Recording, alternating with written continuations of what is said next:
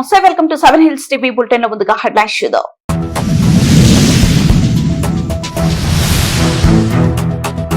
కొల్లగుంటలో పట్టపగల ఇసుక డంపింగ్, అధికారులు నిర్లక్ష్యంపై స్థానికుల ఆగ్రహం.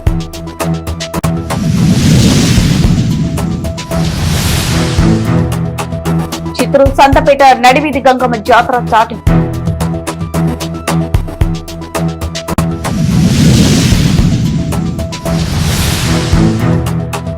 టీవీకే కార్యాలయానికి కాంగ్రెస్ నేతలు.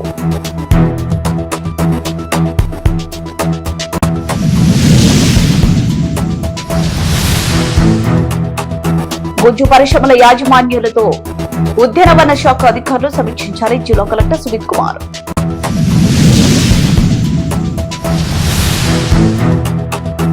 వెలిగొండ ప్రాజెక్టును తనిఖీలు నిర్వహించిన మంత్రి నిమ్మల రామనాయుడు.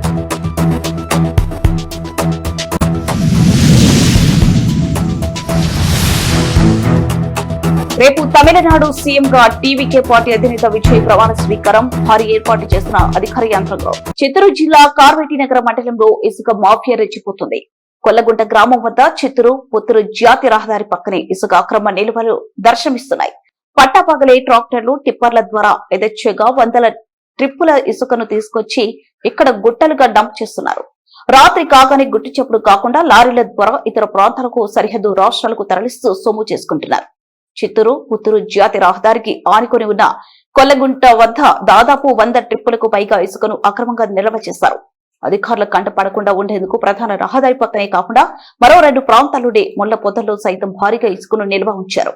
ఇసుక మాఫియాతో చేతులు కలిపి మామూలు మతులో జోగుతున్నారని ప్రజలు ఆరోపిస్తున్నారు. ఇప్పటికైనా జిల్లా ఉన్నతాధికారులు స్పందించి వెంటనే కొల్లగుంట వద్ద జరుగుతున్న అక్రమ ఇసుక రవాణాపై విచారణ జరిపించాలని స్థానికులు డిమాండ్ చేస్తున్నారు. చిత్తూరు సంతపేట నడివీధి గంగమ్మ జాతర చాటింపు. చిత్తూరు సంతపేట నడివీధి గంగమ్మ జాతర చాటింపు కార్యక్రమం వైభవంగా నిర్వహించారు. సంతపేట జాతర కమిటీ చైర్మన్ భూపేష్ గోపీనాథ్ ఆధ్వర్యంలో చాటింపు నిర్వహించారు. మొదటగా దుర్గమ్మ గుడిలో పూజలు నిర్వహించి నడివీధి గంగమ్మ జాతర స్థలం వరకు ఊరేగింపుగా వెళ్లి చాటింపు జరిపారు. ఈ కార్యక్రమంలో జాతర కమిటీ సభ్యులు, ప్రజలు పాల్గొన్నారు. ఈ నెల 12, 13వ తేదీన జరిగే జాతరకు ప్రజలు పాల్గొని గంగమ్మ కృపను పొందాలని ప్రజలను భూపేష్ ఆహ్వానించారు.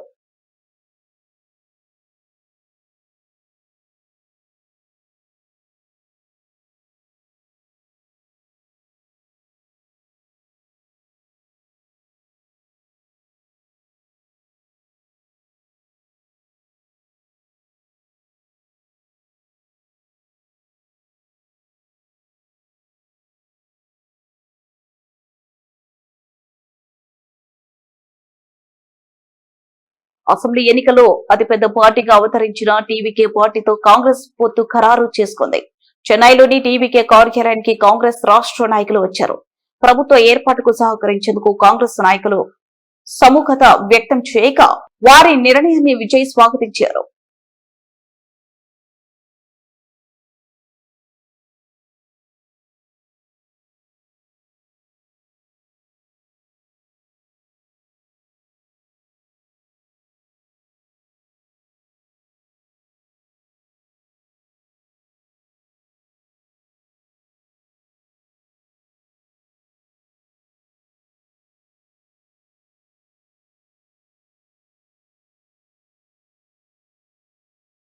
ఎంఐడిహెచ్ పథకంలోనే పాలీహౌస్ సంబంధించిన బడ్జెట్ ను త్వరితగతిన పూర్తి చేయాలని జిల్లా కలెక్టర్ సుమిత్ కుమార్ ఉద్యానవన శాఖ అధికారులను ఆదేశించారు.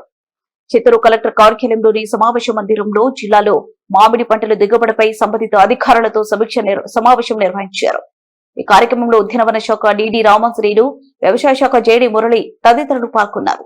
సందర్భంగా జిల్లా కలెక్టర్ మాట్లాడుతూ మామిడి పంటకు ప్రత్యామ్నాయంగా అధిక ఆదాయాన్ని ఇచ్చే వాణిజ్య, ఉద్యానవన పంటలపై రైతులకు విస్తృతంగా అవగాహన కార్యక్రమాలు చేపట్టాలని సంబంధిత అధికారులను ఆదేశించారు.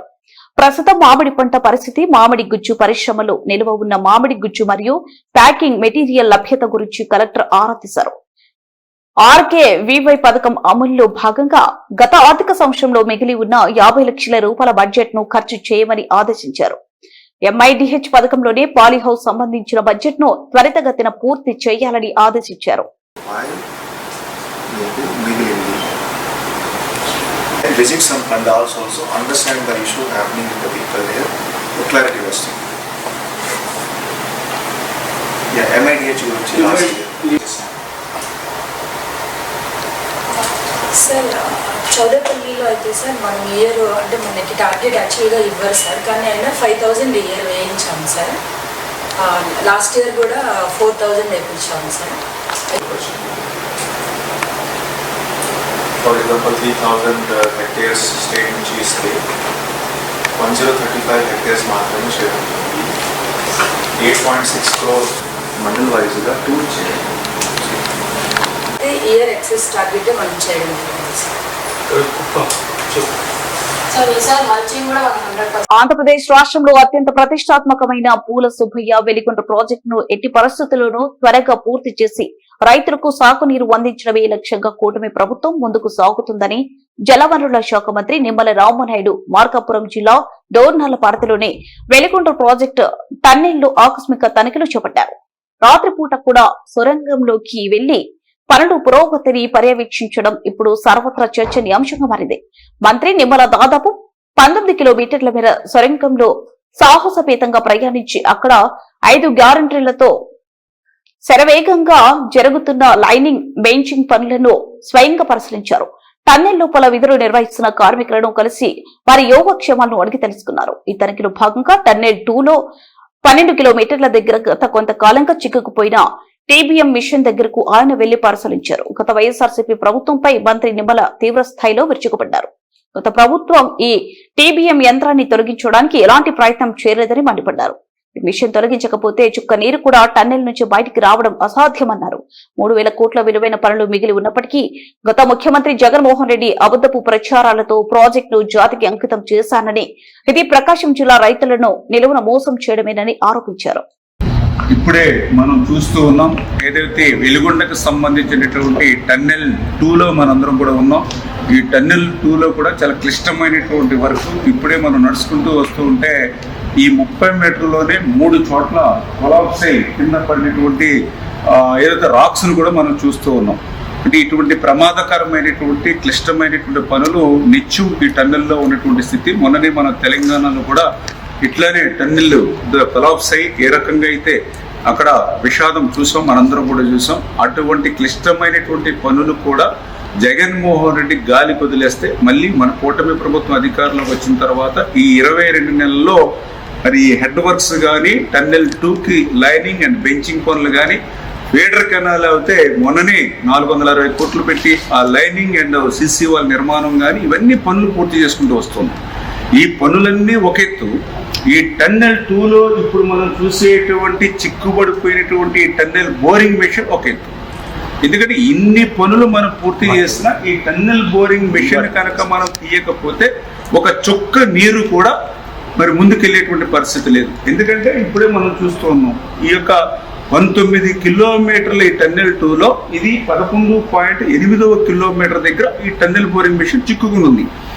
ఈ టన్నెల్ బోరింగ్ మెషిన్ ఇప్పుడే మీరు చూస్తూ ఉన్నారు, ఏదైతే మరి 175 మీటర్ల పొడవు ఉంది. ఏదో ఒక 10 మీటర్ల 5 మీటర్లు కాదు, 175 మీటర్ల లెంగ్త్ పొడవు ఉంది ఆ చివరి వరకు. ఈ 175 మీటర్ల పొడవు ఉన్నటువంటి ఈ TBM వ్యాసం మీరు చూస్తే ఇది మొత్తం 9.8 మీటర్ వ్యాసం. అంటే ఏదైతే మొత్తం సొరంగం ఏదైతే టన్నెల్ ఉందో మొత్తం ఎక్కడ కూడా ఒక 1 ఇంచ్ కూడా ఖాళీ లేకుండా అది క్లోజ్ చేస్తుంది. అంటే టన్నెల్ బోరింగ్ మెషిన్ ని మనం వెలికి తీస్తేనే మనం ఈ యొక్క వెలుగొండ నుంచి నీరు ముందుకు తీసుకెళ్తాం.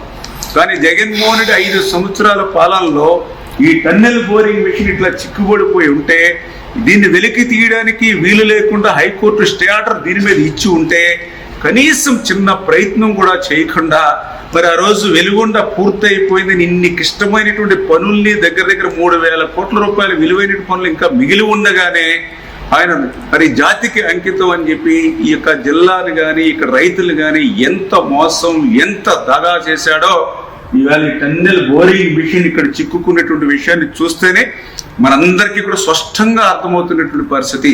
కానీ ఈరోజు ఈ కూటమి ప్రభుత్వం వచ్చిన తర్వాత ఈ 22 నెలల్లో ఈ యొక్క 1,000 కోట్ల రూపాయల పనులు ముందుకు తీసుకెళ్లడమే కాదు, 5 సంవత్సరాల్లో పరిష్కారం కానిటువంటి ఈ టన్నెల్ బోరింగ్ మిషన్ ఏదైతే హైకోర్టులో స్టే ఉందో చంద్రబాబు నాయుడు గారు సైతం ఆయన అడ్వకేట్ జనరల్ గారితో మాట్లాడి అడ్వకేట్ జనరల్ గారు కూడా స్వయంగా అటెండ్ అయ్యి మరి నిన్ననే ఈ టన్నెల్ బోరింగ్ మిషన్ మీద ఉన్నటువంటి స్టే ఆర్డర్ని మేము వేకౌట్ చేయడం జరిగింది. దానివల్లే ఇప్పుడు ఈ టన్నెల్ బోరింగ్ మిషన్ ని ఇప్పుడు వెలికి తీయడానికి మనకు మార్గం దొరికింది. వాస్తవంగా అయితే ఈ టన్నెల్ బోరింగ్ మిషన్ కూడా దీన్ని వెలికి తీయడం కూడా చాలా కష్టమైన పని. అందుకనే వాస్తవంగా ఈ టన్నెల్ బోరింగ్ మిషన్ పని అంతా కూడా పూర్తయిపోయిన తర్వాత లాస్ట్ లో ఇది 175 మీటర్ల పొడవు కాబట్టి అదే 175 మీటర్ల ఎక్స్ట్రా సొరంగం ఒక సైడ్కి తీసి ఆ సొరంగంలోకి ఈ మిషన్ వెళ్ళిపోయి దాన్ని వాల్ కట్టి క్లోజ్ చేసేస్తారు. అంటే ఒక రకంగా సైడ్కి తీసుకెళ్లి దాన్ని సమాధి చేసేసినట్టుగానే బరెల్ చేసేస్తారు. కానీ ఇది కదిలేటువంటి పరిస్థితి లేదు కాబట్టి ఇప్పుడు దీన్ని డిస్మాండిల్ చేసి బయటకు తీసుకెళ్ళాలి. ఇది డిస్మాండిల్ చేయాలన్నా కూడా క్లిష్టంగా ఉంది కాబట్టి ఇప్పుడే మా ఏజెన్సీ అదేవిధంగా అధికారులతోటి దీని మ్యానుఫ్యాక్చరింగ్ ఎవరైతే ఉంటారో వాళ్ళతో కూడా సంప్రదింపులు జరిపి మ్యాక్సిమం ఎంతో తొందరగా, ఎందుకంటే కనీసం 4 నెలలు పడుతుంది అన్నారు, ఒక 2-3 నెలల్లో అయినా సరే మన సీజన్కి నీళ్ళు ఇచ్చే సమయానికి ఇది డిస్మాండిల్ చేసేటువంటి విధంగా ఒక షెడ్యూల్ని రూపొందించుకోమని చెప్పడం జరిగింది. అందుకే ఇప్పుడు వేళ అర్ధరాత్రి అయినా సరే మేము ఇవాళ టన్నెల్లో ఉండి ప్రతి పనిని కూడా సూక్ష్మంగా పరిశీలిస్తూ క్షేత్రస్థాయిలో పరిశీలిస్తూ ఈ రోజు ఈ టన్నెల్ బోరింగ్ మిషన్ దగ్గరికి వచ్చి ఇక్కడ వాస్తవమైనటువంటి స్థితిని కూడా మరి ఈవేళ మేమందరం కూడా ఐడెంటిఫై చేసుకుని దాని ప్రకారం షెడ్యూల్ రూపొందించుకుంటాం. తమిళనాడు శాసనసభ ఎన్నికలు అత్యధిక స్థానాలను కైవసం చేసుకున్న టీవీకే పార్టీ అధినేత విజయ్ ముఖ్యమంత్రిగా ప్రమాణ స్వీకారం చేయనున్నారు. విజయ్ తనకు మద్దతు ఇచ్చే ఎమ్మెల్యేలు వివరాలను గవర్నర్ కు అందజేశారు. ప్రభుత్వ ఏర్పాటుకు 118 మంది ఎమ్మెల్యేల అవసరం కాగా కాంగ్రెస్ మద్దతుతో టీవీకే బలం 112 చేరుకుంది. మరో 6 మంది కోసం ఆ తర్వాత ప్రయత్నాన్ని కొనసాగిస్తోంది. గురువారం ఉదయం 11 గంటలకు చెన్నైలోని నెహ్రూ స్టేడియంలో విజయ్ ముఖ్యమంత్రిగా ప్రమాణ స్వీకారం చేయనున్నారు.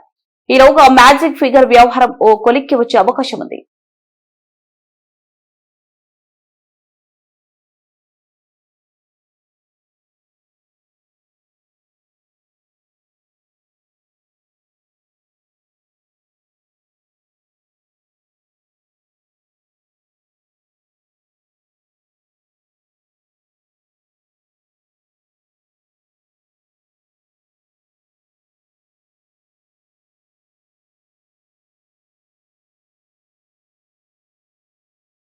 ముగించే ముందు హెడ్లైన్స్ మరోసారి.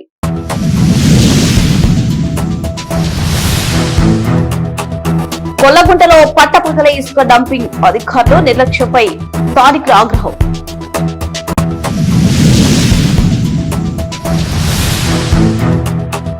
చిత్తూరు సంతపేట నడివీధి గంగమ్మ జాతర చాటింపు.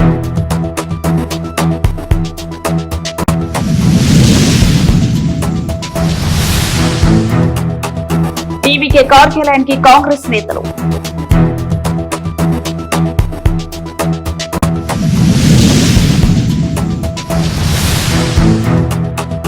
గుజ్జు పరిశ్రమల యాజమాన్యులతో ఉద్యానవన శాఖ అధికారులు సమీక్షించారు. జిల్లా కలెక్టర్ సుమిత్ కుమార్.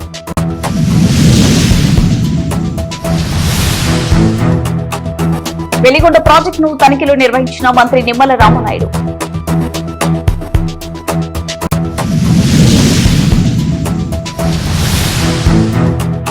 రేపు తమిళనాడు సీఎంగా టీవీకే పార్టీ అధినేత విజయ్ ప్రమాణ స్వీకారం, భారీ ఏర్పాటు చేసిన అధికార యంత్రంలో. ఇవి బులెటిన్ అప్డేట్స్. మరో బులెటిన్లో మళ్ళీ కలుద్దాం. Stay with us. వాస్తవానికి మీ దగ్గరగా ఇది 7 హిల్స్ టీవీ.